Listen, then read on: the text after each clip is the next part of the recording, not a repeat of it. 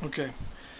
In this video we'll be going over something called brittle fracture. Now I won't be going into this in depth. I'm just going to give you a brief explanation of actually why the stone breaks when you apply force, and the key to that is all in the tensile strength of your material. Okay, and you can look these up.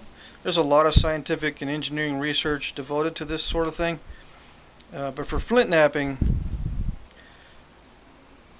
and I've done like 4 takes of this video, and it's hard to explain in a simple way, but the stone actually breaks because you're bending it slightly and you're causing one side to open up and start a fracture or start a crack. Okay, and there's 2 different ways basically in flintknapping to do this, and one is with hard tools and one is with soft tools. Now modern knapping is mostly with copper and such, and that's a hard system, and most artifacts in the past were done with soft tools. And there's 2 different approaches on each one, but basically it's the same concept. You're trying to initiate a crack, within a reasonable distance inward from your platform, and which means you don't want to initiate out here and you don't want to initiate down here. You want to initiate somewhere in between.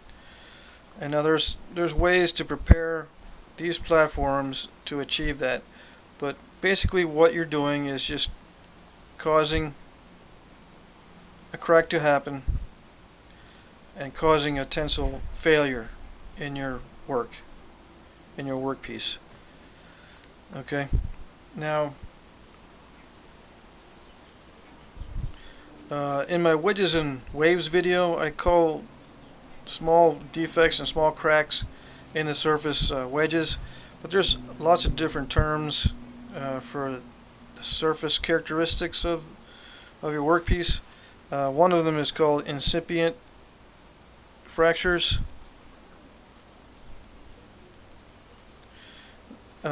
which is just incomplete. You can consider these to be incomplete fractures. Now if you hit this multiple times, let's say for example with a hammerstone, you get all kinds of little cracks started but they don't finish and you haven't removed the flake yet. Those are what they call incipient fractures or incomplete fractures, and sometimes there are little cones that are in the material, they just haven't released, haven't caused a major fracture, and you get all these little fractures going on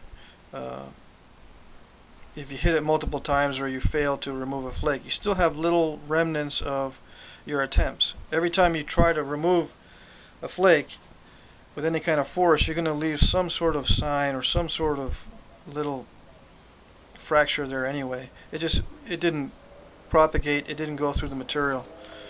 Okay, but you did cause a tensile failure in your surface.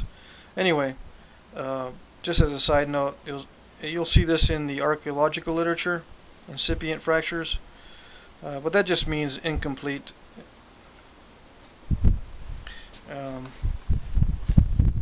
Okay, so for this video I just wanted to go over that real fast here.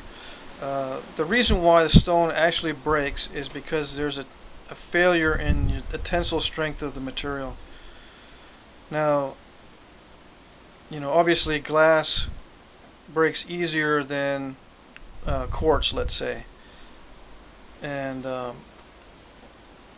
there is another component to this. As far as the actual molecular structure inside the material, let's see, maybe I'll go over that just a little bit here.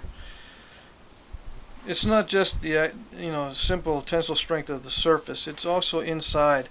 There's a structure inside the stone. Now some stones are composed of crystals, okay, and they're all kind of randomly in this, what they call a matrix. There's a cement holding these crystals together, okay, and sometimes they'll go over this kind of thing in the archaeological literature when they're describing the materials. Anyway, there's crystals in this matrix, and it's silica mainly, but some of it has large crystals, and this matrix in between, it can be composed of various things, but it's mostly silica also. Now, glass is just basically one large crystal, okay. When you get into these different fracture properties, the more consistent your material, the easier it is to break. Now, if you have all these weird things going on, the crack is going to, require more energy to go through and break these bonds than it would if it's just breaking through a solid crystal. Okay, that's a very basic explanation, but that's basically what goes on. Now, just as another side note, when you heat treat this kind of stuff, sometimes heat treating